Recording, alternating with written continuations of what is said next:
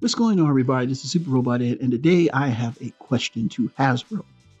Not to my collectors, not to other YouTubers, subscribers, or anyone, because you don't make toys, Hasbro does. And the question I have for Hasbro is, where is our basically mainline G1 version of PROWL? Yes, mainline G1 version of PROWL, because technically, even if you're talking about the dead version, that's a Bumblebee. That's Bumblebee, basically Bumblebee, whatever they call it, Buzzworthy Bumblebee. The PROWL that we got in the 2-pack with Ironhide was an Amazon exclusive.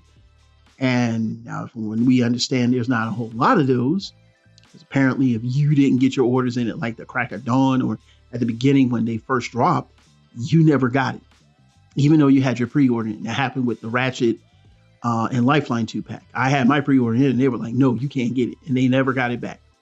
And if they did, like one person was lucky. He got it at retail. A lot of people didn't. A lot of people were spending $200 to $300 on it. But after a while, all of those people who hoarded that set had to sell it at, unusual prices. And at one point it was on Amazon, almost reaching the level of the original price that it was supposed to be. So let that sink in next time you talk about scalpers. All right.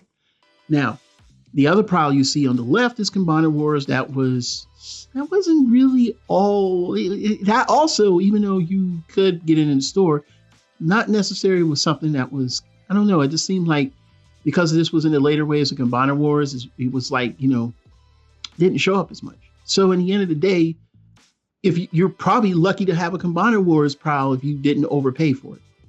And, being that the one in the middle is astronomically, ridiculously high, you can get the other one, but with the battle damage, you want to get replacement parts. Now, there's some third-party parts, I think, that are out, but for the most part, I don't think so. I had to kit bash my PROWL with the dead PROWL to kind of get me more of a G1S PROWL. He's not perfect, but at least he's a lot better than what I thought the original deco was. So what is Hasbro going to do? Because we know we're getting closer. July 2025 is Megatron. And then, we're probably going to be seeing leaks of that soon.